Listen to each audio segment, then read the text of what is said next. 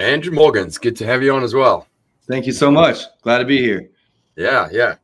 All right. Well, welcome to everyone on this this webinar today. I'm actually pretty excited to kick this series off.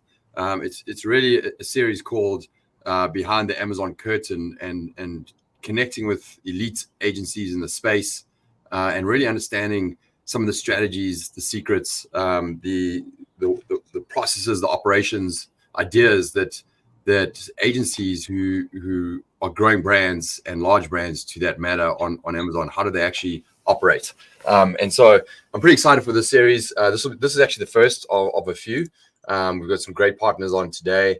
As a lot of people here will know that ZonGuru has technology for both brands and agencies. A lot of agencies use our technology to operationally help their brand scale, and so we reached out to partners and just people we know in the space, and really excited to have everyone on today.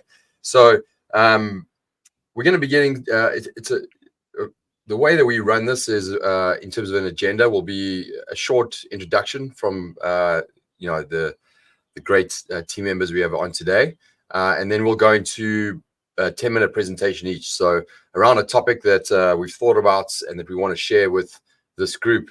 Cover 10 minutes, dive into that strategy, those thoughts, and then we'll loop around at the end to do some Q&A, and that's it. So we keep it pretty short and sweet. We focus on value, and we keep the discussion open, and certainly as we go through this, if there's questions from any of the agency folks here, we can dive in and comment on that too.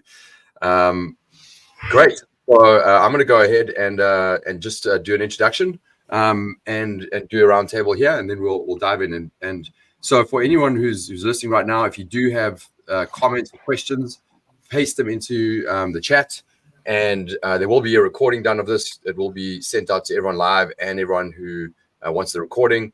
And all the agency folks here, you'll be getting a copy as well that you can cut up, edit, distribute, call out your beautiful, amazing comments that you're going to make in this webinar and share that with your audiences. So let's get going. We've got about, and we have a scheduled time for an hour and a half. We'll probably be hopefully shorter than that. But just focus on the shares up front. So in terms of introductions, I'm Jon Tilley, the co-founder and CEO of ZonGuru. As I said, we're an operational platform ready to help brands and agencies grow their brands, and specifically we have over 18 different tools, well beyond 10 different styles of reporting as well, and our main flagship focus is around SEO and listing optimization, the heartbeat of your business outside of your product, and how to optimize that for the algorithm. So I'll talk more about that in a second, but that's me. I want to go around here. We'll go to Guy next. Guy, do you want to introduce yourself? Yeah, sure. Thank you for inviting me, and great to be here. So Guy, I'm the co-founder and the CEO of RPGECOM. It's a full services agency, a boutique one. We have around 40 accounts that we manage, partially PPC or full account management. That's what we do. I come from being a seller since 2016. Did one small exit, one pretty big exit. Continued with providing services and helping sellers, consulting them to grow. That's what we do. Awesome. Yeah, good to have you on, and definitely an OG in the space. Oleg. Hello. Yes, my name is Oleksandr, and I'm the founder and CEO of the aNavigator agency. I also, as a guy, work from 2016 on Amazon, and also had own brand. But coming from the space of Google Ads and Google Analytics, I was really interested in Amazon PPC, and we are dedicated to Amazon PPC, DSP, AMC. all this, all these three words, three letters words that we all like. And actually, yeah, we're working with some large brands and leaders in their niches. This is what we like to scale. This is what we do every day. Great. Yeah, thank you. And certainly 3 key critical words in the Amazon space for sure. Andrew. Hi, John. Hi, Hey, everybody. Oleksandr, are those a bunch of medals behind you? Yeah.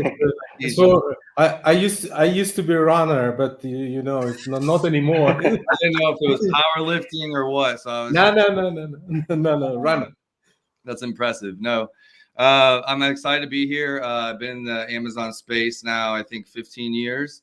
So a little bit of everything. I definitely started out at a startup, and then I became an e-commerce manager and really got my experience on the corporate side early on. You know, so if you go back 15 years and you think about the corporate side, what was that like on Amazon back then? Those conversations, they were just quite a bit different. Out of that, just grew an agency. I think I was one of the very first service-based kind of teams doing stuff at that time here in the Midwest, so we can hide out without people knowing. But we've been doing it a long time. Worked with several hundred brands in the Amazon space, from the Fortune top 20 all the way down to mom and pop brands getting started. Have a 3PL, building my own brands. Helping advise brands on preparing for exit, and that's kind of what's exciting for me now is building my own brands, helping brands prepare for those kinds of things. And I still have that hunger to kind of trailblaze new things, figure out new things in regards to e-commerce, and hopefully have some value to share with you guys about what's been working or what we've been seeing inside of Marknology.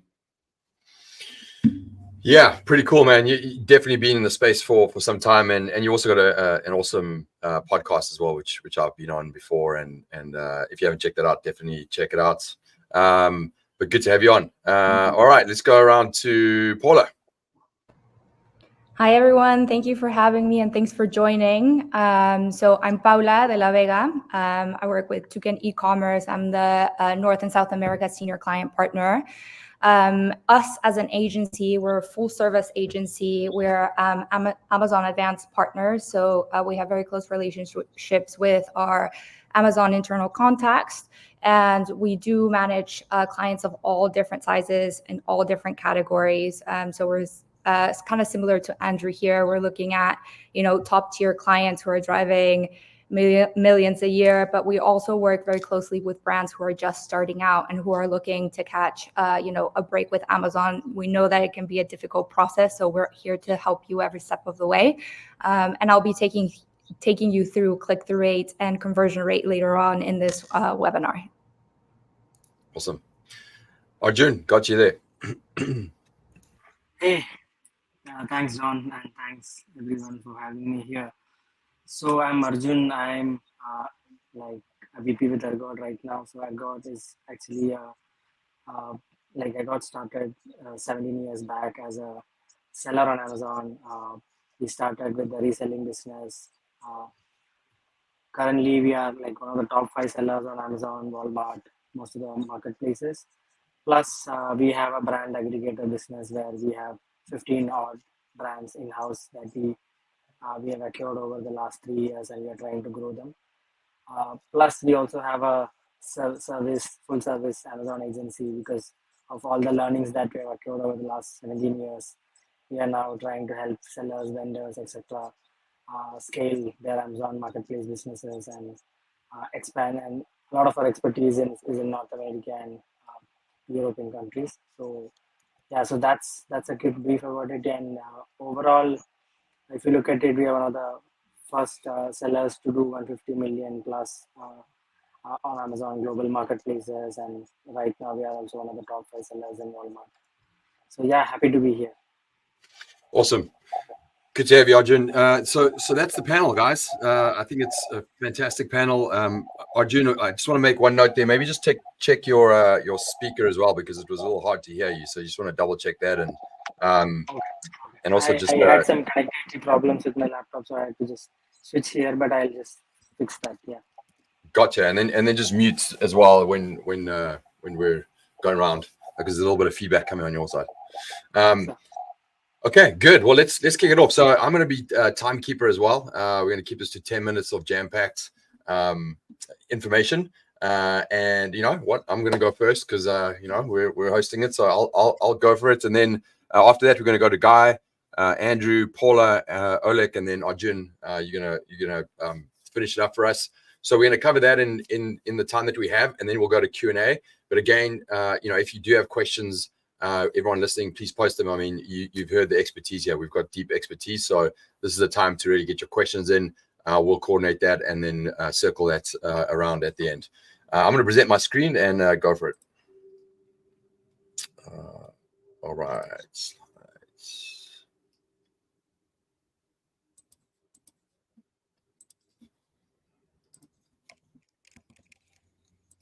All right. All right. Let me know if you guys can see my screen. Yes. Okay, great. Thank you. Okay, so as I mentioned, this is really an opportunity to look behind the curtain and speak to agencies, experts, and to share some key strategies. I've really introduced ZonGuru. And if you want to check us out, there's different ways to sign up and check out our technology or services.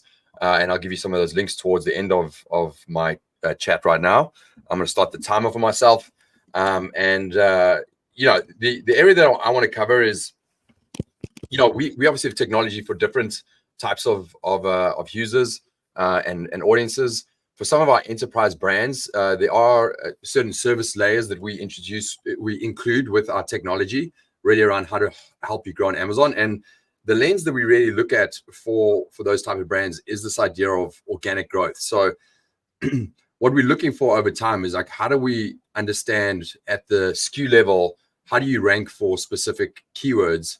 And more importantly, how do we target the low-hanging fruit? And what I mean by low-hanging fruit is the actual keywords that sit outside of the buyer zone. So off of page 1 and beyond, there's specific keywords there that we can look at, target, and then understand the value of those keywords.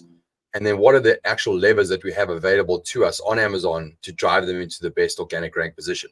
And so that's really the idea that, yes, we need to be proficient with every lever that's available on Amazon, whether that's listing optimization, PPC, promotions, etc. We need to be proficient with those various levers, but how do we use them together through this lens of organic growth and grow it over time? And we have like a number of different reports that we look at to assess that and to figure it out. But where we start is with this idea of an organic growth audit, which is trying to understand the true potential of your organic sales and what the value is of that, which is a great kind of itch to scratch with brands that are looking for our help on the services side as well. And so I want to show you what this really looks like. So again, this idea of like, what's the organic revenue value of those keywords that are sitting just outside of the buyer zone? And so we run, here's an example. So I've picked this example. It's just a nitrile glove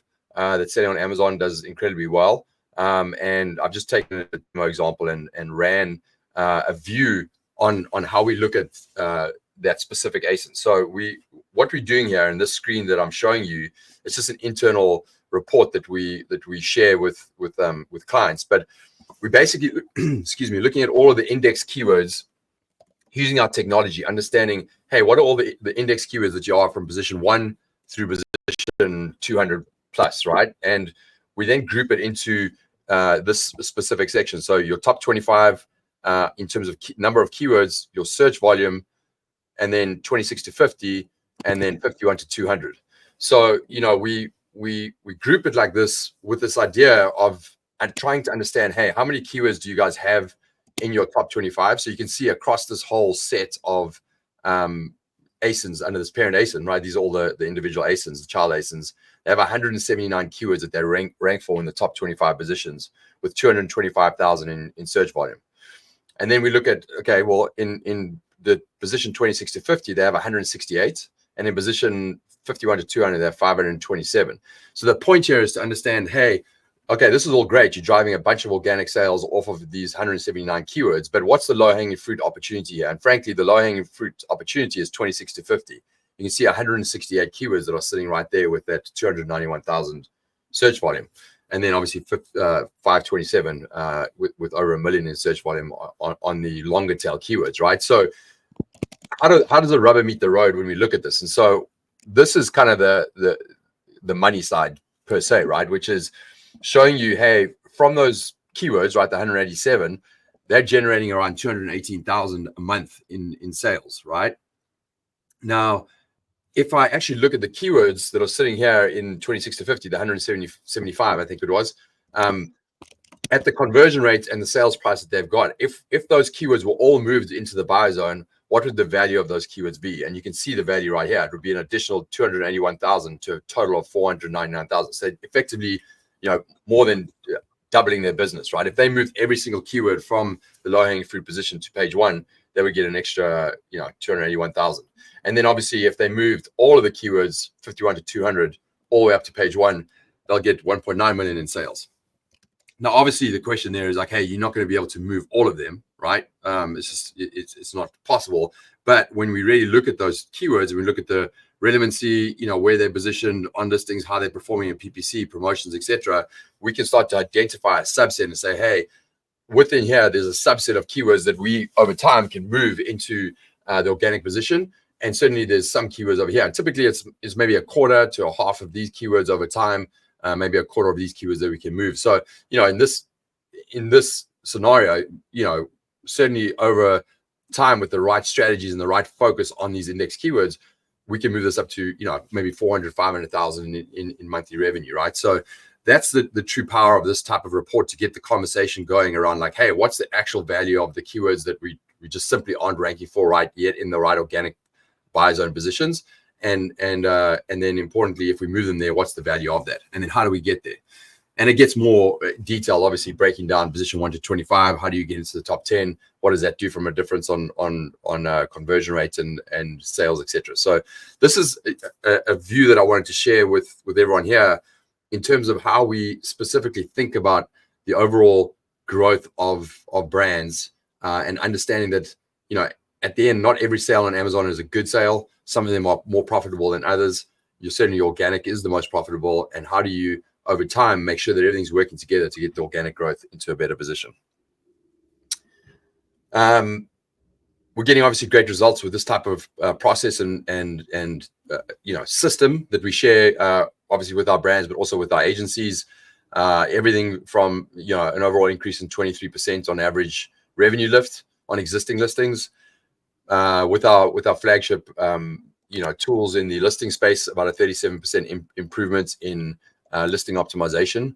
And yeah, those are the kind of things we do. I want to very quickly just highlight some of the really interesting tools that we have that are first in the space right now. One being that we are the first to be Rufus optimized, and understanding what Rufus is looking for and how to optimize for that.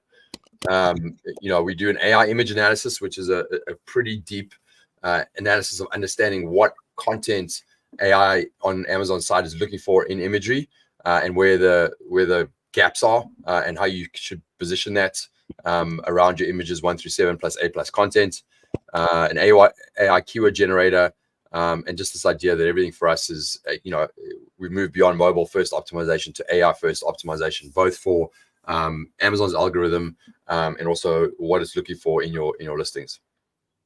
In terms of the opportunity here for everyone listening, there is that growth audit that I showed you. Is just a snapshot of some of the auditing that we do. We do a big thing around pricing as well. And if you're interested in getting one of those, either for one of your clients at an agency or actually for a brand that's listening, we'll give you that. And we're giving away about 10 of those. You can just use these links. If you want to actually see if you qualify for the growth audit, go to zonguru.link/growth audit. And that's one word, growth audit. Or if you want to get a percentage off as a brand, go to zonguru.link/20.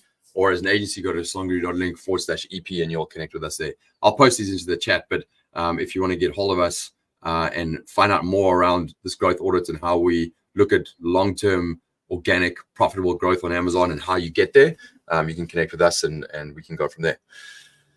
Good. So that's me kicking it off for you guys. We'll look at questions and come back that, but I got in under 8.5 minutes. So I'm going to pass it on to. I will not beat that.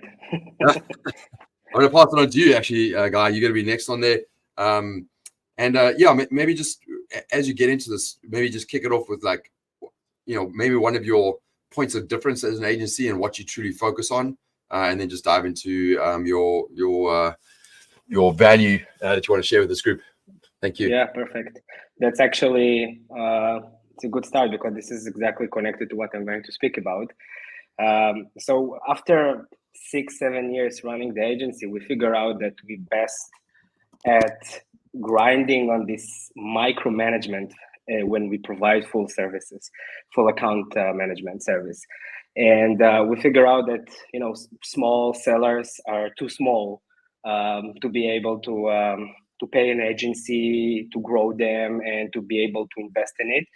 And too big sellers, they have their own teams or in-house personnel. So we figure out that whenever sellers come to 50, 100K, something like that, 100 and a bit per month, then they have this ceiling that they cannot break through.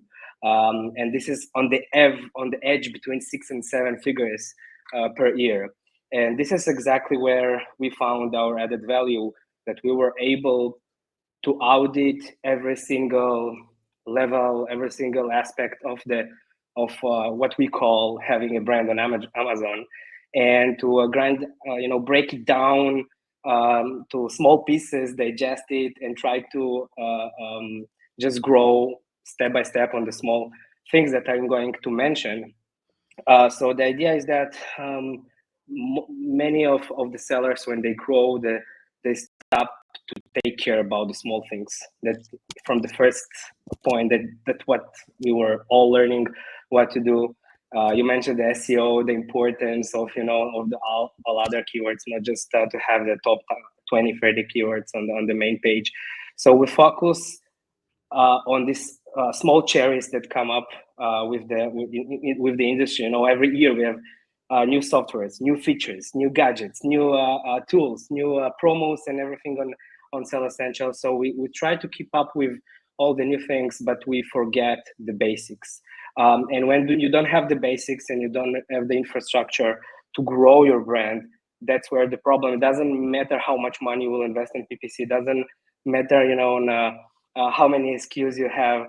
So that's special. What we specialize in, this micromanagement in the ops, in the operational part. So continuing from that, I will divide it into 2 pieces. I don't have a presentation. I think it's straightforward. You don't need slides to understand the logics of what I'm going to say. So I will divide it into all the operations until your product arrives to Amazon, and then after it arrives to Amazon. So it's kind of the supply chain operations, and then you have the marketing kind of. And this is what I'm speaking like on every stage and every webinar in the last year. This was really what I wanted to concentrate this year with our clients, because it just kicks you in the ass from all the sides what happens on Amazon, the fees, the enormous fees, the new fees, the chaos and the logistics, the introduction of AWD. It's just sellers are losing it, and I see how much the impact is even crazier when you don't have enough stock for the good selling products, and when you're overstocking on the slow moving SKUs, and then everything starts to be just a huge turbulence. And it doesn't matter what you're trying to do, like with the PPC, and everybody unfortunately concentrate too much on the PPC. And I always say PPC is a mirror on the operational part. It's what's going on with your stocks levels, and what's going on with your CTR, and what's going on with your conversion rate, and that's the bottom line. So the first part, the sellers, and it's a bit not really sexy topic to speak about, because it means that everybody need to get outside of the box and outside from the comfort zone, and nobody's feeling really comfortable with doing that. But it starts from the manufacturing. people are manufacturing the same products from the same manufacturers for years. And I promise you, if you go out there, you will find your product for much more cheaper if you just, have this grit to go and find and look after this, to have negotiations or to renegotiate with your suppliers. China is also in a crisis. And we are speaking in a day where we have a new era in the United States and in the world, geopolitically. And Trump is back, and I guess the economical war with China is back, and who knows again what will be the consequences of these tariffs and fees and everything. So you need to have a backup plan. I always say that, have a backup plan for other countries, for other manufacturers, and maybe produce for less. Then it comes for how your product looks like. Can you maybe shrink it down in order maybe to win a lower tier, a size product tier, maybe shrink your product and get back some cash. It continues with, how you send inventory. Most of the sellers, they're just saying, okay, for the packing list that their manufacturers are sending them. And they say, okay, you have like 50 boxes, this is the dimensions, this is the weight, and that's it. They forward it to the forwarder and ship it out. But guys, we have a maximum size dimensions of a carton. Maybe you're not using the maximum. Maybe you can, enlarge your carton, your master cartons, put more units there, lower your CPM, lower your, of course, the money that you pay for the forwarding, and of course also the warehousing and the storage on Amazon, which is crazy this year. So it all starts from these small things, and we'll probably, the stupidest answer that I got from a seller said, but this is the manufacturer's cartons. I said, okay, so order new cartons. This money will come back to you. Don't be a yes man. This is your business. This is your margins, and we need to fight for every single buck for in this business. Then it continues with your shipping forwarder. We have this our community is so small. So once you work with a certain forwarder, you feel uncomfortable maybe to go to another one because you have personal relations with him and with the company. Guys, as a side, I'm objective here. You need to take care of your margins. This is a business, and bottom line, if you lose money on that, and you can get better tariffs from a different forwarder, do that. Then storage. How do you ship? Do you ship to AWD to save on displacement fees, or do you still continue to save it to Amazon FBA? I know there's a problem right now with AWD because it's Q4 and it's crazy, but I guess Amazon will overcome very quickly with this. But you need to have this strategy in place. When do you use 3PLs? When do you use AWD? When do you send directly to FBA? And have some logics behind the strategy. And then when the products comes in, only by doing that, breakdown of these audits, we were able to, significantly increase the margins from specific SKUs, even for those that the client was already trying to give up on.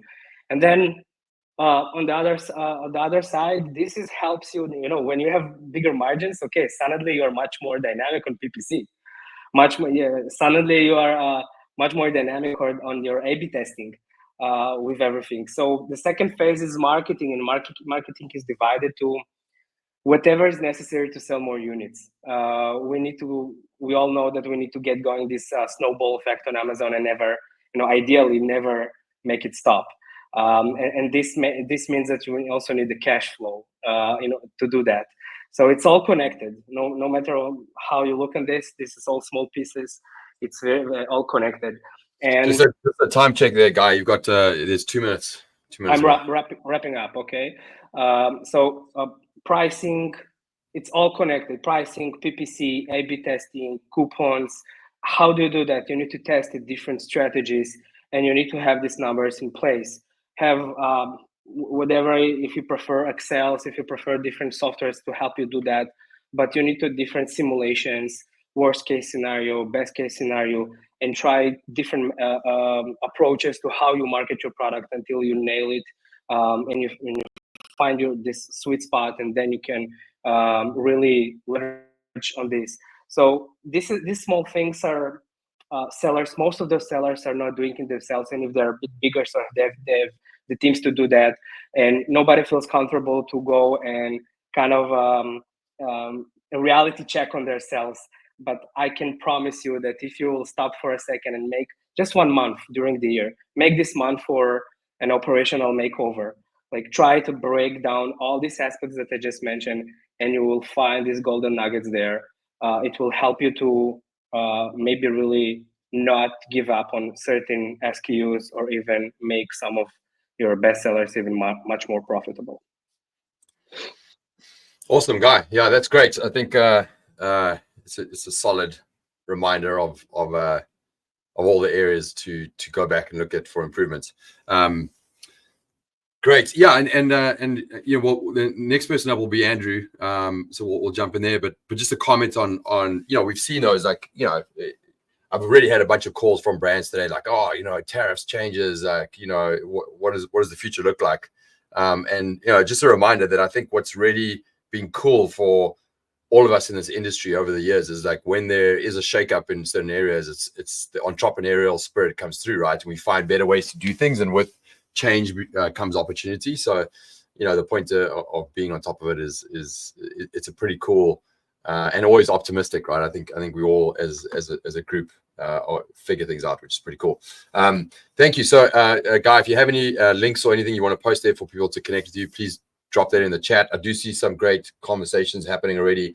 I'll try and get in and answer those, but we'll come back to that at the Q&A at the end. I want to hand it over to Andrew with Marknology to come in, maybe just, you know, high level sentence on Marknology, and then jump into your presentation. Thank you. Oh, we don't hear you. You're on mute. Sorry, guys. I was just saying, Guy, it was great conversation there, and couldn't agree more. I'm constantly in my own business, as well as telling others, you know, it's harder to do it in your own, in the agency. You know, it's easy to talk about it, but being in growth mode and then lean mode, and knowing what time it is to be in which mode. And, you know, taking a month to deep dive into your business, maybe taking a quarter to deep dive into your business will pay off. And, you know, when the pandemic happened, I was excited. It was scary. There's a lot happening. I mean, for e-commerce, it was good, but, you know, there's just fear. You got older parents, all that stuff too. But I was also excited about the opportunity as things get harder.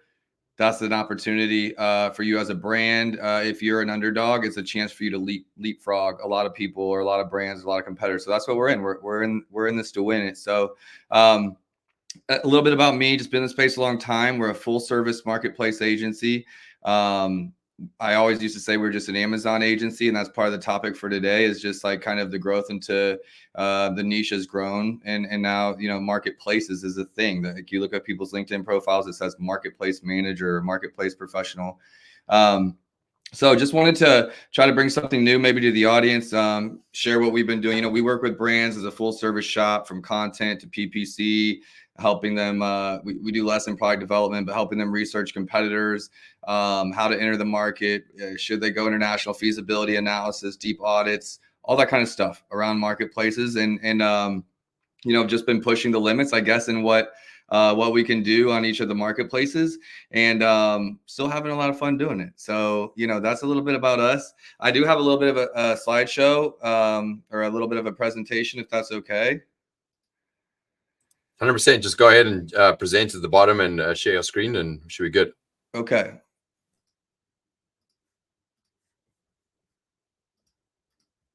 Can everyone see? It's coming up. Yes.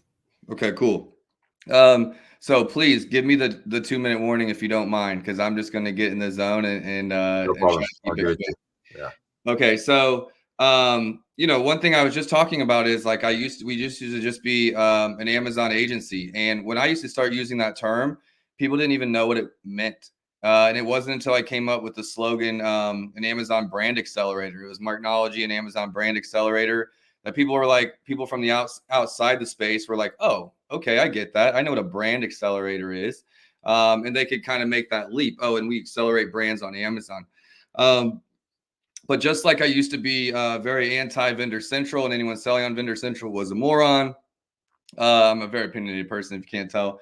I've since changed my stance toward that, and a hybrid approach is a lot healthier approach. I think if you can do a healthier approach, or even some brands just staying on vendor central. I used to just be hard-nosed about that because I couldn't understand why you wouldn't want control of your brand, why you wouldn't want control of your data. Amazon, is always twisting your arm. How do you get more control? Well, 3P gives you a lot more control. In the same way, I've been talking about holistic e-commerce. I came into the space as an e-commerce manager first, and then niched down into the Amazon marketplace. But I've always been, I guess a speaker, or at least leading our company to believe in e-commerce being holistic. So Shopify, what are you doing in retail? What are you doing in D2C? What are you doing in the marketplaces? How do all these work together? And really thinking about the big picture, even to those private label sellers, those Amazon native sellers, it was holistic. Well, what is holistic within Amazon? That's content, SEO, PPC, all of the little dials, the warehousing, inventory and fulfillment, logistics, every single piece of the puzzle holistically is what makes a successful Amazon account. And what makes a successful e-commerce brand is one that's also thinking holistically. So kind of taking those same things around content, SEO, and PPC, the last few years, specifically, for me, if you had asked me about launching on Walmart probably 5-6 years ago, I'd have said waste of time.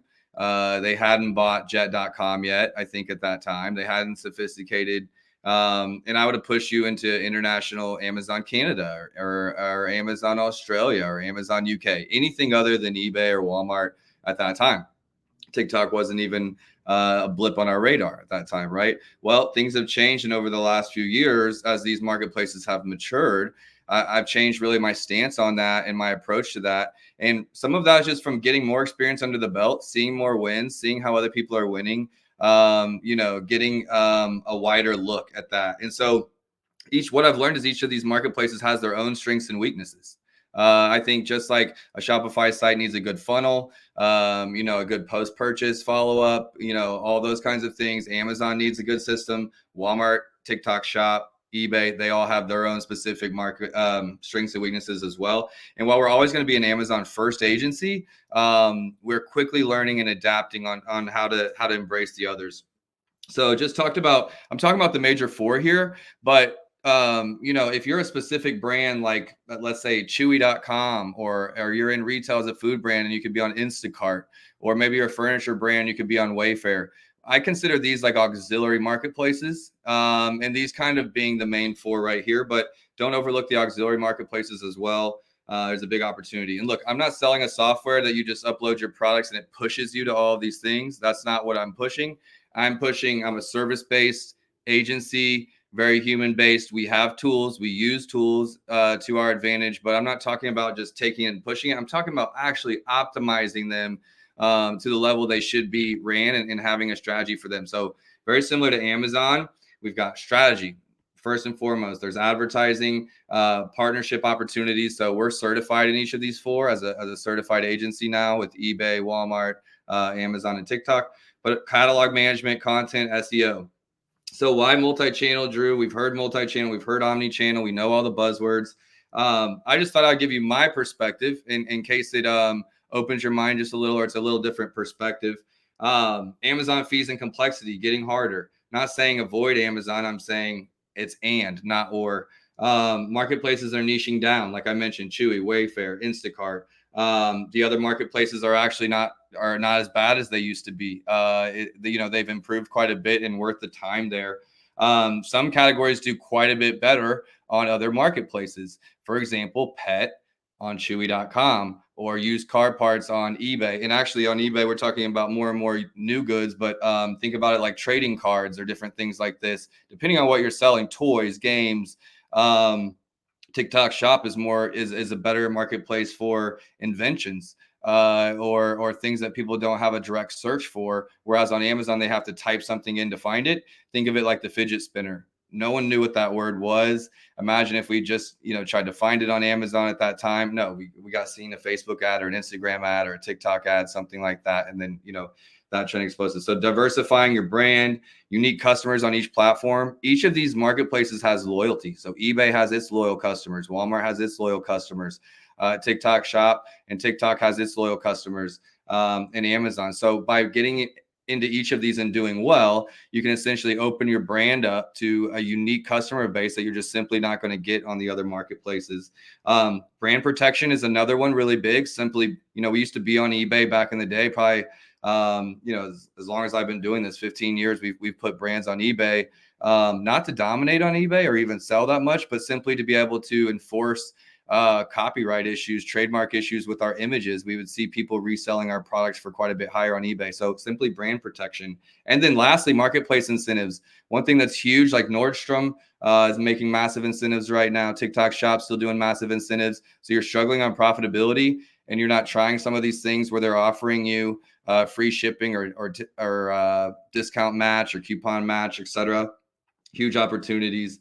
So now I've talked about kind of just why I'm going fast, guys. 10 minutes is a lot for me, but really what I want to give is just a couple examples per channel today that we're working with some brands that have some success stories. Maybe this will resonate with some of you. And it's a 2-minute warning, just so you know.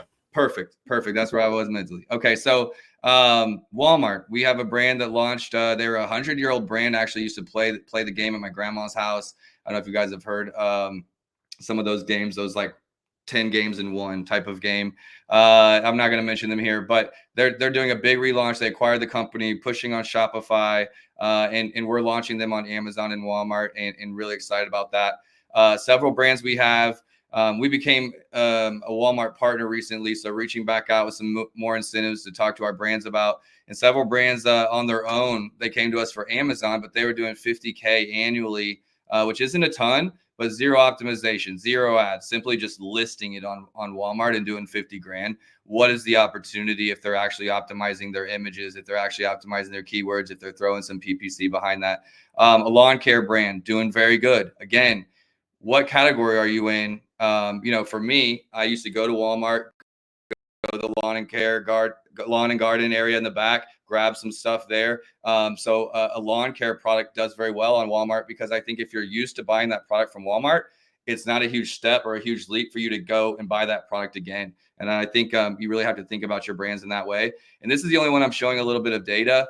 But this is really cool of showing Walmart's cost per click in Q1 of 2024 versus Amazon. So Walmart almost half as much as the Amazon right now in cost per click. So talking about profitability, maybe you're getting less sales, but you can get a lot more profitable. And look at this conversion rate, from Walmart versus Amazon. So quite a bit difference. If it's the right product in the right category, you can do well. eBay. One of our brands had thousands of resellers, need to clean them up. We had a brand doing 40K on eBay with zero optimization, zero ads, 40K a month, not Amazon. eBay partnership came to us and said, wow, we think we can absolutely crush it with this one. So we're super stoked about that one. They're in the automobile parts. So these are some of the products with the right categories, and I'm skipping some of these metrics, but it says that we're not the eBay you think you know. It's not just like selling stuff from your garage anymore. You'd be surprised. They really have leveled up. They have a lot of new products, a lot of categories that they're doing well. And they have a very trusting, think of them. They were the first Amazon in a lot of ways. So my dad worked at PayPal back in the day in Omaha. I can remember like it was cutting edge technology to buy something online with that much money and exchange it in that way. And I think it still has a lot of people that think like that. And I've covered Amazon, Walmart, and eBay. My last one here is TikTok and TikTok Shop. TikTok and TikTok Shop are two different things. Shop is the marketplace within the content platform of TikTok. We have a brand. He's an Amazon wholesaler that does pretty well on Amazon. He approached us about doing TikTok Shop. We went from 5K to 275K on TikTok Shop in the second month. We're doing stuff different. We're not just using affiliates like you hear about, but there's a lot of opportunity there. And we also have a warehousing service as well. So this is one where us exploding the sales in TikTok also helped me grow the warehouse and having a lot of fun really systemizing and processing that. And a lot of brands, this is so new. no one can call themselves a TikTok expert or even a Walmart expert in a lot of ways, guys. Let's be honest. We're all just learning this together. But there's a lot of viral, recognizable brands, and like just very similar to the early days of Amazon, when wholesale was a huge opportunity simply by launching or listing products on that platform and running some PPC or just having them listed. People were crushing it. And then in the software space, a software mad rush, a gold rush, so to speak, about optimizing for shop, being prepared for shop, how to pull this into your omni-channel. So I shared a lot, guys. Obviously, we offer services around each of these things. I wish I could show a little bit more. I had 3 or 4 slides per one. I'm just like, I'm not going to get through that. But we're having a lot of success on these, and it's a bright spot when things are getting tough to just diversify. You find 10% here, 15% here, and all of a sudden your year's looking a lot better. So thanks for your time, guys. Awesome. Yeah, 100%. And I think every brand that we're talking to today, it's not just about like, hey, should I be on Amazon or not? It's more about like, hey, I'm on Amazon, or I'm there, but I've got this omni-channel approach. And I think that's just a great like maturity of our industry, right? And how you can get all of these channels to work together to improve your sales and profitability. So super cool. I'm glad that you guys are expanding into all those areas. That's awesome. And if you can, I think Ty dropped your email address, etc., in there just to allow guys to connect with you. Okay, so Paula, yeah, why don't you spend your 10 minutes and let us know what you think. Perfect. Thanks, guys. And Andrew, I completely agree with you. We've seen across the board with our clients who we support on eBay, Walmart, Melly, and TikTok, that a multi-channel approach is definitely one of the best ways to go moving forward. But I will say that we found that Amazon is a little bit more robust in the sense of this is a great platform for you to learn about your products and to learn about your business and how it might perform in other types of channels as well. So I do have a couple slides here to share with you. Perfect. Thank you so much. So firstly, I want to talk about getting the basics right. So even before you decide to start investing into your Amazon business, that includes your ads, you want to make sure that you're choosing the right products and you're optimizing your products for Amazon. So that involves being retail ready. So let's just pretend that you're in market for a new notebook and you type into the search page notebook, and you are bombarded by a multitude of different types of products that look pretty much the same. So you as a seller, you have your first area that you're trying to battle. It's how to stand out against your competitors. So the first, well, there's actually 4 main areas here that you want to focus on. So the first, and perhaps the most important, is your main image.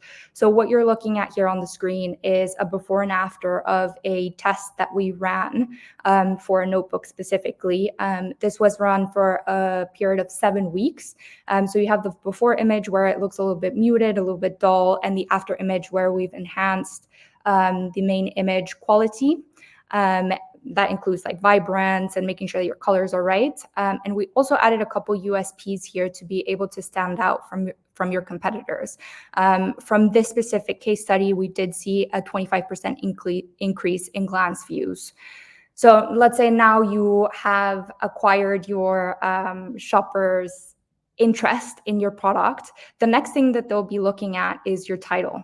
So really your title, it doesn't have to be very long. There's actually like a little best practice formula that we like to use, which is your brand, your product, 1 USP, and your size. So you're giving them just a little bit more information that they're seeing on the main image. The size here, it might sound a little bit less important, but it's actually very important because this is what tells your shopper value for price. So what they're looking at is this notebook expensive for the size of the notebook, or is it of an added value pack? So that's the third thing that they're really focusing on is the price.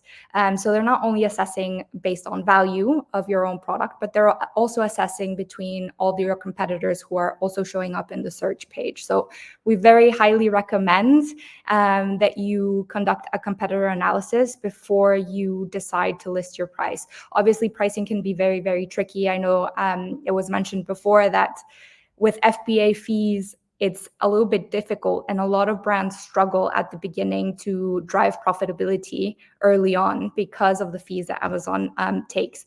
But we have, we use, and I recommend that you use this as well, it's a profitability matrix. And pretty much what you're doing is you're mapping out the cost of your goods, how much you can sell it for, and how much is being taken away in fees. So really you're assessing which products belong in the Amazon space.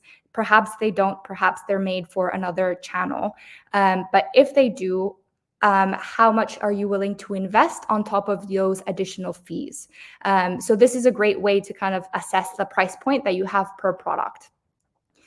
Then the last bit that they're going to see as shoppers, that they're going to see on the search page is your your ratings and reviews. So your ratings and reviews, I know sometimes it gets kind of set for last, but they're crucial.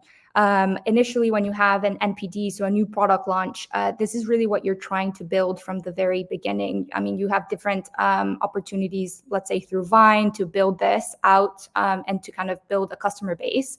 But really what you're trying to build with the customer is brand loyalty and brand trust.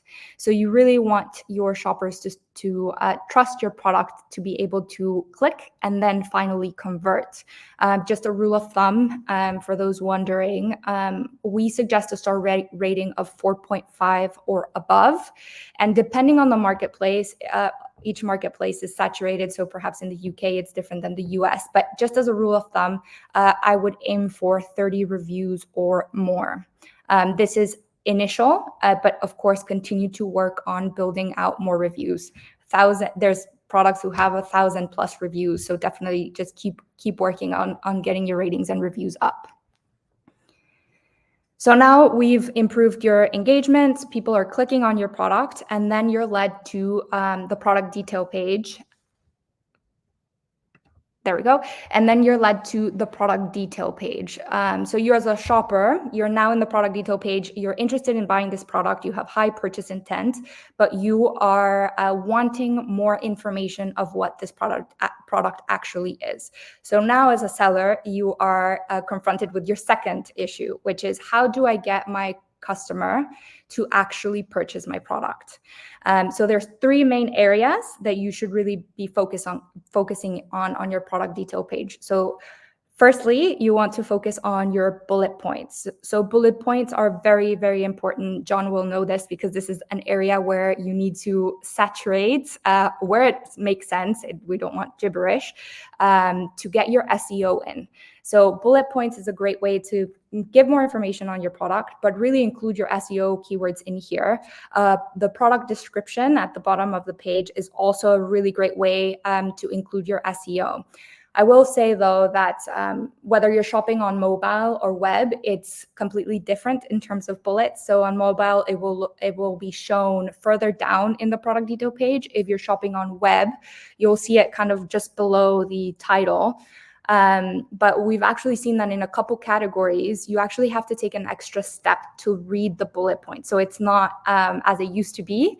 It fluctuates a little bit. So make sure that they're still there because you do need those SEO keywords, but that just highlights that the second bit, which is the most important, is your listing imagery. So you need to make sure that your listing imagery is fully optimized. So what you're seeing here is a case study that we conducted as well over a 6 to 7 week period for the same product. So this is kind of PT1 to PT7, where we've optimized all the listing imagery. And what you'll see is we'll have more USPs. This is a great area to add your SEO as well, because the AI will read the keywords in those images. So make sure that you're also mirroring what you have in your bullets in your listing imagery. And with this case study, we saw that there was an increase of 63% in ordered units and a 53% increase in conversion rate. So this is really a key aspect of your product detail page. And then now that we've spoken about kind of the above the fold, the final point that you really want to focus on your product detail page is what's happening below the fold. So below the fold includes your A+ content. If you haven't used A+ content before and you are a brand, your brand is registered through brand registry, you have access to this, and I highly recommend that you use it.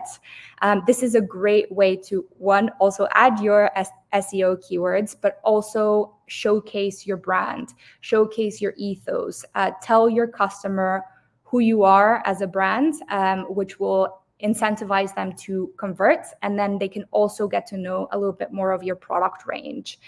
If you haven't done A+, please do so.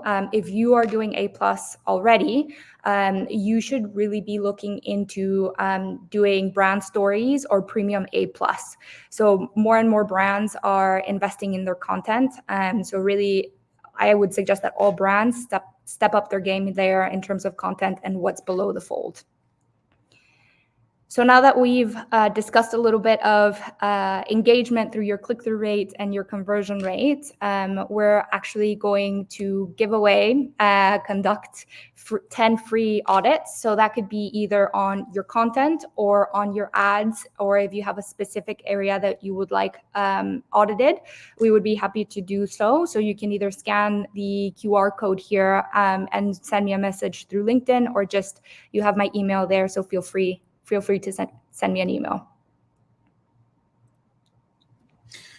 Paula, that was excellent. Yeah, very powerful. And I think, yeah, there's some really interesting thoughts that we have around pricing as well, not just looking at your profitability, but, you know, how are you priced and how do you actually compete at that price point based on your reviews, ratings, where most customers are buying. So really thinking more about the algorithmic alignment there with Amazon in terms of them showcasing your product, which I think is a super cool thing, but I'll save that for next time. But yeah, that was great to jump to all that. Appreciate it.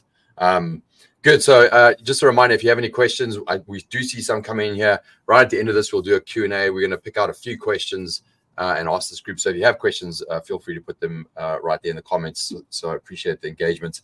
Oleksandr, let's go with you. Yeah, do you hear me now?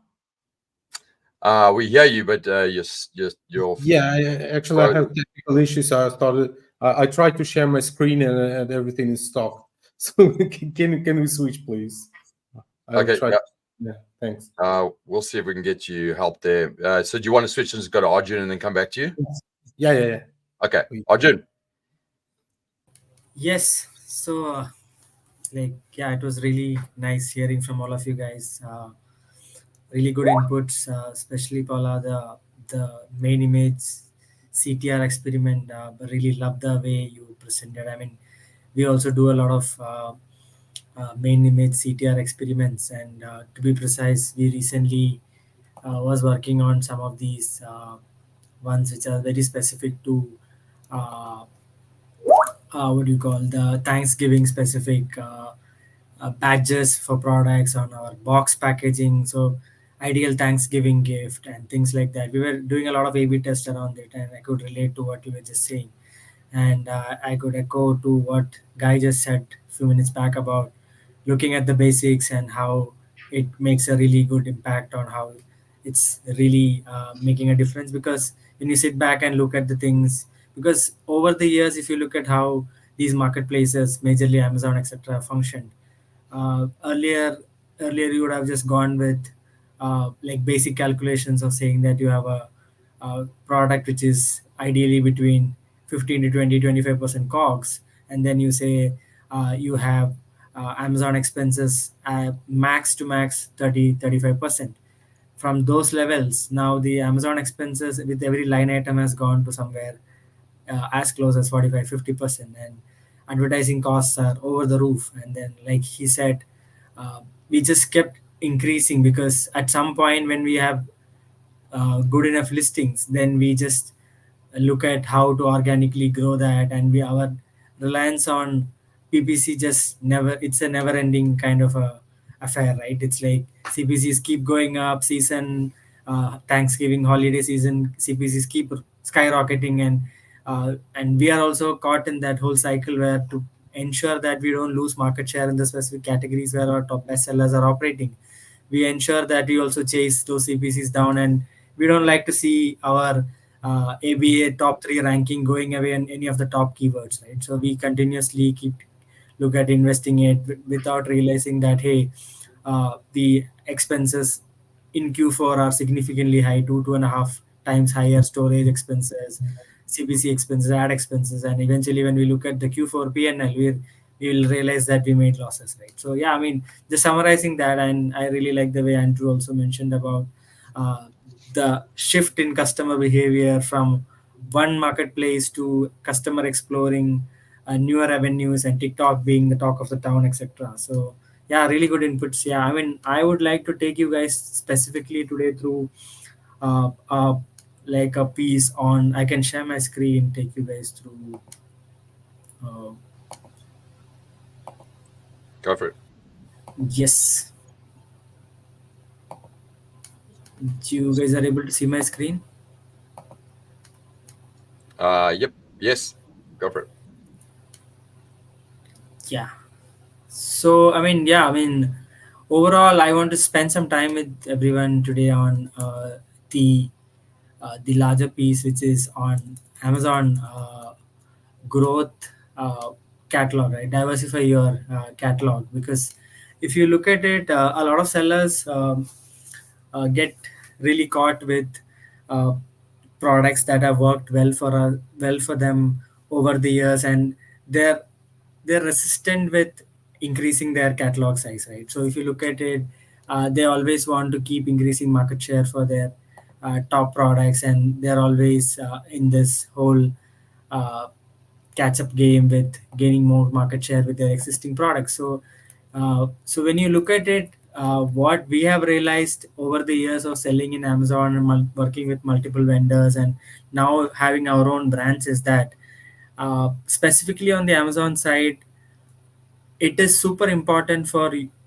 everyone to keep diversifying your product catalog. It could be it products within your existing portfolio. So be it if you're a manufacturer, if you are a factory, look at products which are in line with your current production lines, or which is doing well for you in the offline world.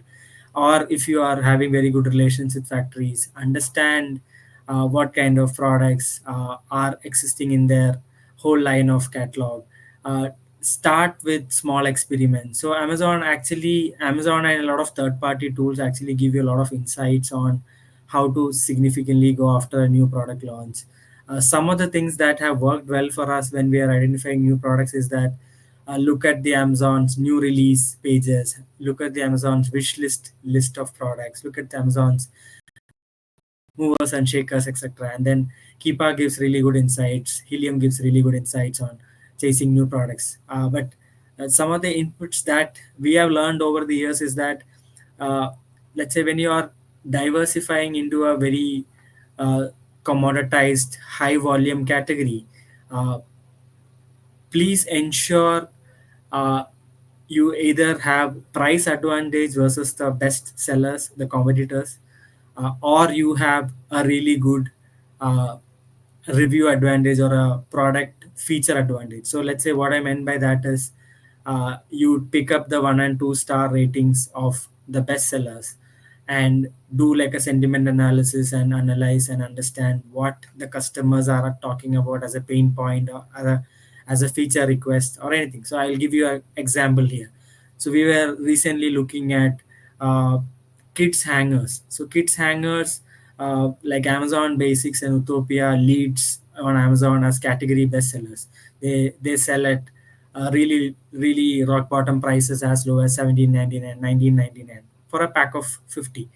So I mean, we were trying to see how we can kind of skews into this kind of a market where the volumes are very big, etc. And we eventually even finalized the product. But then when we were looking at the 1 and 2 star ratings and reviews of uh, these two bestsellers, the even though they are 4.6, 4.7 rated, the primary concern which came out from customers who are like parents is that, hey, these are kids hangers, and it has lead as a material used in it, and it's which is not safe for kids. and which came out as a common theme across most of the bestsellers. So we went back to our factory. We said, hey, like, is there a way we can have our product without this, like specifically calling it outside lead free kids hangers, something like that? And the supplier very, like the factory very genuinely honestly said, hey, I mean, this also contains lead, but to the levels which is safer for kids. So I mean, so then we'll have to eventually drop the product idea, uh, because we didn't have price advantage, because we were not able to get to the prices which those bestsellers were doing, and we didn't really have a pain point that we could solve for the customer. So then we had to drop the idea, because we were never going to be successful in a category like that when we are not solving for a pain point, or when we are not having a price advantage. You should have either one of these. Ideally you should have both of this. That's when the probability of you becoming successful is very high. But at least one of the parameters needs to be met. And yeah, I mean, and the other proven strategy that we have seen success is that, like, when you are shortlisting products, do take out time to really have you guys as the one of the real users, you being one of the first wine reviewer. Get the product, use it, see what kind of uh, like feel and what kind of feedback you have from you, your family, your friends, etc. Because that those are some of the best practices which will help you. Because product launches, and because a good product launch which takes weeks and months to come up with the right strategy, with the right pricing, with the right pain point solved, will actually make you more money in the coming years. So diversifying product catalog with all these best practices in place, I would recommend it as one of the high growth levers. And I would also like to shed, because before Ergode and before my current stint here, being a long time Amazonian, I was with Amazon for first 9 years of my professional journey. I understand a lot of metrics around built around. I mean, they keep changing their logics in with respect to search algorithm, organic rankings, etc. But again, Amazon gives a very high weightage on new products, because if you look at over the years, uh, if you look at metrics which are internal, and I would like to shed some light here, is that every year 50% of the sales that happen on the platform come from products which are launched less than 1 year on the platform. So that means there is significant importance given to products which are launched less than 12 months. And because Amazon's whole flywheel mechanisms talks about more selection, more sellers, more price competitiveness, and eventually end customers getting more benefit. So, like, diversifying your product catalog has to be one of the top priorities for every seller who is focusing heavily on Amazon. And I mean, that's one input that I have for all of you guys here.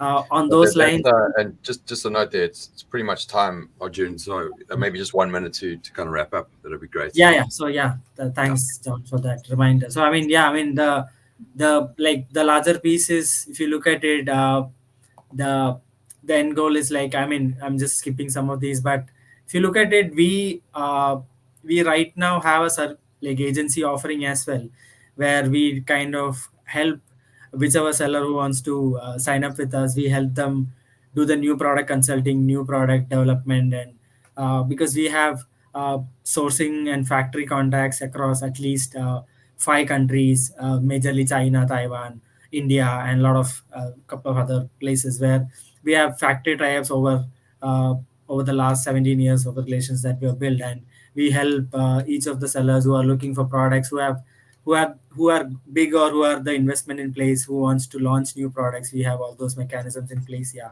I mean, yeah, we have these offerings in place. Do reach out to us if you guys need any help. But yeah, I mean, that's where I want to, like, wrap it up. Thanks. Great. Yeah, if you want to post anything in there with regards to a link to get in contact with you, go for it. Yeah. But yeah, super insightful. I think we're, a lot of us here are sellers, right? And I think we can all look back on I could certainly look back on some of my mistakes that I made, which is not focusing on product innovation and updating and continuing to expand the line, not just marketplace expansion, but actually product innovation. I think that stat you shared, around 50% of sales are coming from brand new products that within 12 months is crazy. So very, very good insight there. So thank you for sharing that. All right, guys, we're at our last speaker today. Oleksandr, if you want to go ahead, and you've got 10 minutes here, and then we'll wrap up with a couple of questions. And thanks again. Yeah.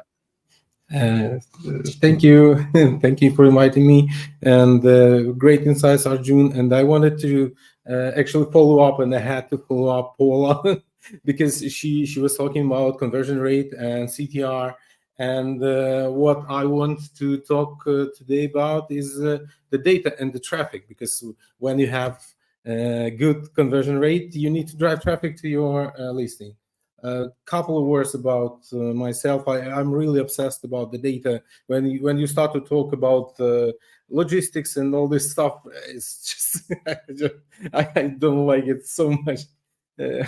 So yes, I like the data, and I came from the Google AdWords space, and we work with Amazon ads extensively and spend a lot of money on advertising. And Amazon released the tool, a search. They call it search analytics.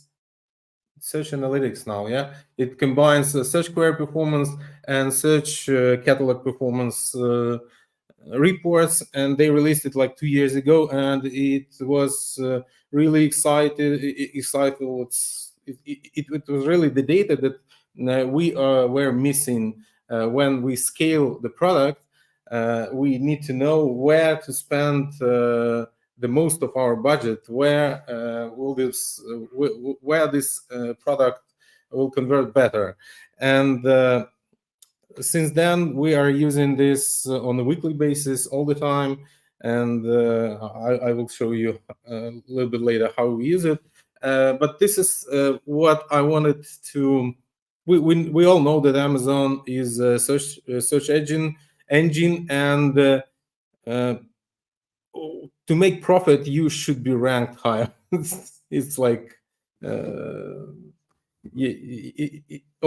only when we just started like 8 years ago, you could make money from advertising as well. We had the clients that were so profitable that we were making money and from advertising. These days, you make money only from the organic results. And I want to switch to the charts. we like charts. We like numbers. If you're familiar with Seller Board, it's our first client from the agency, and we started to work with him in January 21, and in this December 2021, we saw that there are some keywords that we can scale more. That this client, they used to spend money on advertising like evenly on all his keywords. And what we did in a year, we worked like normally, but the product itself is it is giftable, but it is not a gift. It's not like gift for the women that has everything. No, it's a gift for moms, for grandmas, something from crafting category. And we found that from search query performance, we found 2 keywords that were extensively growing during the December, and we just put almost all the budget in those 2 keywords. You see how we scale up to 100,000 of profit. It's if you're familiar with Seller Board, these blue bars, it is profit. And we sold like 20,000 units during the December. But what we did next year, we did even more, of course, because we spent more. And you see, we started to spend in November, and then we spent even more. The red bars is advertising spend, and we spent even more in December because we already knew that we have to be the first for these keywords, and we did even more. Now is November. Let's see. We will see what we'll get during this season.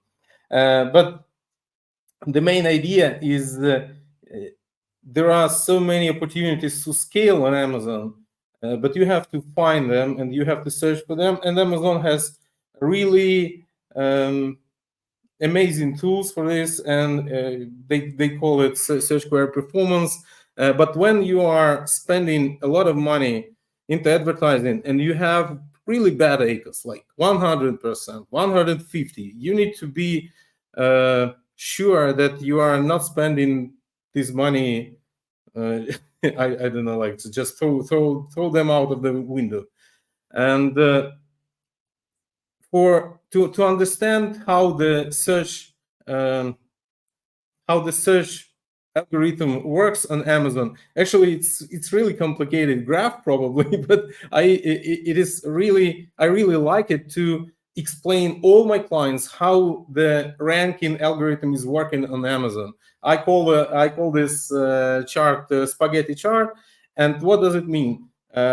If you look at this chart, you see all these colorful lines, and you see that the top 10 or 15 lines, they are like stable, right? These are asins, and asins ranking for only one keyword and by the days. So the most selling top selling asins, they are stable in their ranking on Amazon, and all the others, they are like rotating all the time. Amazon is changing.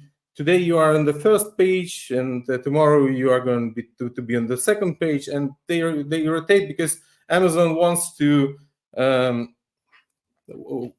divide all this possible sales among all these sellers.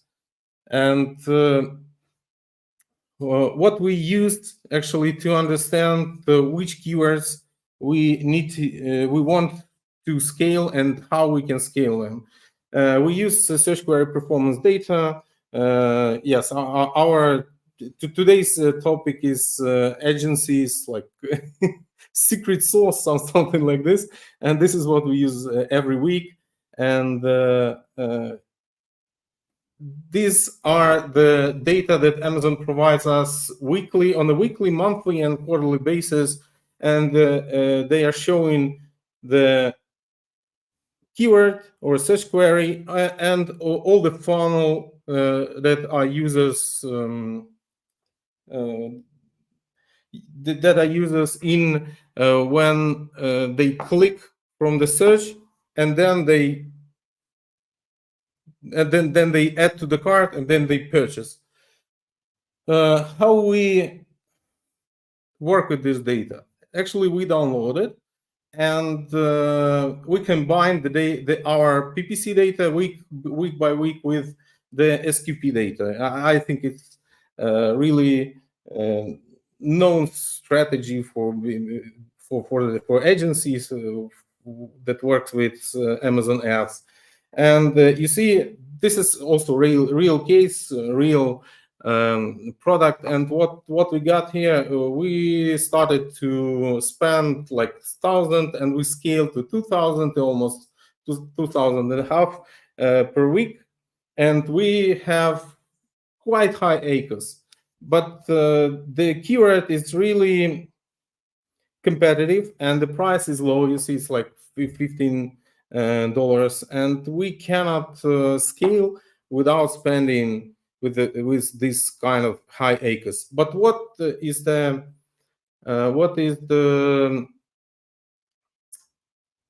why we are sure that we are doing well? Because you see that impression share, click share, and purchase share from the search, they are growing. So we see that our rank, our position is growing, and we see that our impression share is growing as well.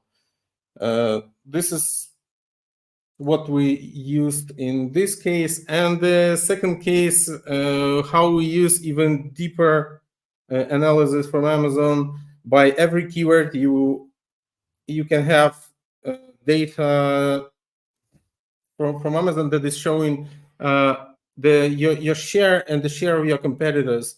You just go to search query performance, ASIN view, and then click on the search query that you want to analyze, and then you see this kind of table, and you can see that the top 10 ASINs selling from this keyword from search, and you can see the impression share between them. So our goal is to get to the impression share. We cannot get more than 3% from this niche, from this keyword. And also we analyze the click share, because for let's see, for the branded search, this is the same product, but the branded search, because there is a really strong competitor in this niche, and he's selling for $69, and he gets for branded search, he has much more than any other competitor. But we also have like our 3-4% from this share. So this is the strategy. We are building the strategy, how to seize, how to obtain this market share, and how to expand it all the time, and then how to keep it and how to scale even more. So yeah, just so you know, you got 1 minute left there, Oleksandr. Yeah, I'm wrapping up. So this is just advice. What I would suggest for brands and agencies to use in their daily routine. So you have to measure your conversion rate and against all the niche. You can do this also from this data.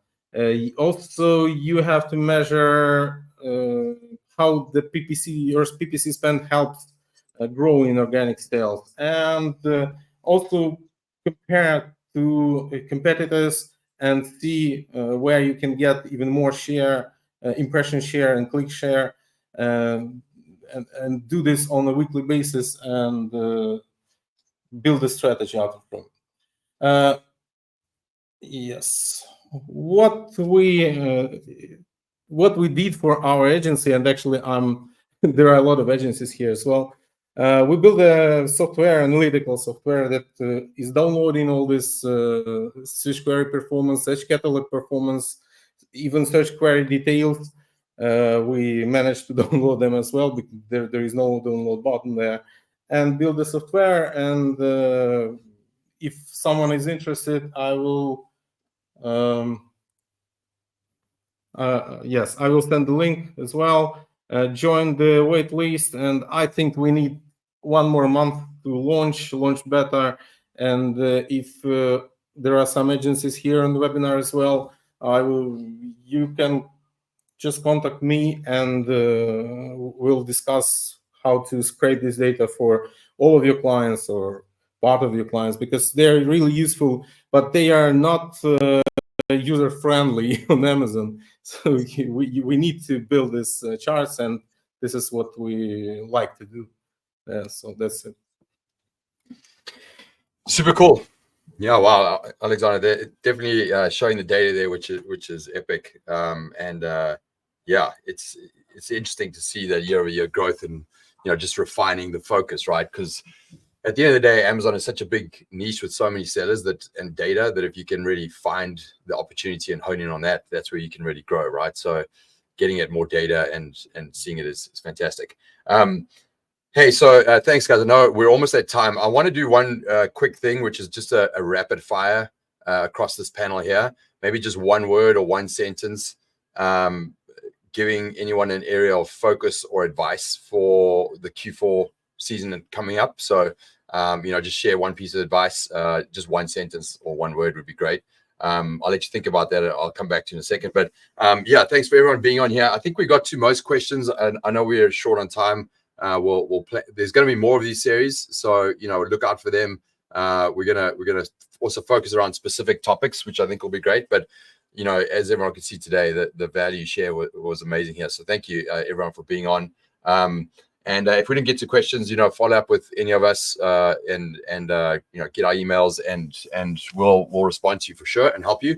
Everyone's details are in there. So if something resonated with you today, reach out, connect with the team and the panelists here, and we can go from there. So let's end with that quick, one sentence rapid fire around any advice or focus that you can share with anybody listening here.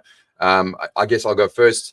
I think the thing that I would say is at the ASIN level, focus on your PPC conversion rate being higher than your organic conversion rate, and you will see that help with your ranking over time and a halo effect, which is fantastic. So if you can look at that view, it'll help you a lot. All right, let's go back to Guy. Yeah. Well, with all the chaos that is going on with the logistic right now with Q4, a lot of sellers will not be able to put their stock on time to be able to keep it going. So I highly recommend even fly extra units to a warehouse, open up an FBM listing, and be ready to keep going and keep selling through FBM, just not to lose, sales during the peak time. This is a backup, a very, very important backup that you can prepare for yourself. And the second tip is once Q4 ends, sit down and build a risk management, document for yourself for 2025, because we had so many surprises during 24. I just can't imagine how much more hurricanes is on our way in 2025. You need to have this risk management for every aspect of your business in order to keep it in shape. Good, great. All right, Andrew, one word or one sentence. Yeah, I think my sentence is don't be trying to make a bunch of catalog changes right now. I think I echo Jon's sentiment, which is focus on PPC. That's something that you can change without breaking the ship. This isn't the time to be rebranding. This isn't the time to be doing anything crazy like that. I don't even know if it's the time to be A/B testing. Focus on your conversion rates. Focus on the strong keywords that are going to bring sales. Don't be super experimental, and enjoy the ride. I think one thing I've been doing the last few Q4s is taking a trip with my mom, my sisters. We find an Airbnb kind of isolated somewhere in Costa Rica or Colombia or somewhere. And we work really hard, but we're just finding a way to stay calm and breathe through Q4. And I think a lot of that has to do mentally. Yeah, so if that's the 2 sentences, I guess. Great. Awesome. Paula. For me, it would be heading into the Q4 area, definitely focus on your ad campaigns, making sure that anything that you have on deal, promotions are a really big deal right now. Make sure that you have a promo plan leading up to the gifting period. If you do want to do A/B tests, I know that it might not be the best time, but if you do, I highly suggest that you try VCPM campaigns. This is a great time to do that. There's big traffic in Q4, so this is really where you're going to get most of your learnings for the rest of the year. And overall comments, Amazon is a long game. Don't lose patience. Just make smart decisions. Amazing. All right, Arjun. Yeah, so for me, I think the biggest focus areas for Q4 would be having to have the option to optimize and have deal tags, because holiday season is all about deal tags. Customers are coming to Amazon to buy products which are on deal. So ensure that your loss leaders, your hero products, everything is on with a deal tag. So if it requires you to start pulling up your prices starting now, or maybe a few days before, to ensure that you reset your reference price on Amazon and ensure that you have deal prices at a revised price. Take a hit on some kind of sales for the last 45 days heading into Thanksgiving BFCM season, but ensure that you have a deal tag, because customers do look for deal tag, and that is a clear differentiator. Sound advice. All right, well, let's finish it up with Oleksandr. What you got? Yes, the Q4 is really the period of high conversion rate for most of products on Amazon, and I would advise to download last year reports from search query performance and find the keywords probably you missed, and find the segments probably you missed. And don't, if you see the really high conversion rate during the last season, last year's December, don't be afraid to spend money on those keywords. They will convert also this season as well. Why not? And when you are reaching the top, just raise the price. This is what we do all the time. When you have a lot of traffic, you just raise the price once, 2 times, 3 times, and you just sell all the stuff that you have. So, great advice. Well, let's all aim to get to the top and make more profit. So, guys, I appreciate all the time here. We'll do an internal follow-up with everyone here, but I appreciate you sharing your knowledge. And we'll share obviously this recording with everyone here, including you guys on the panelists. And let's go crush Q4. Appreciate it. Cheers for now. Thanks. Thanks, everyone. Bye.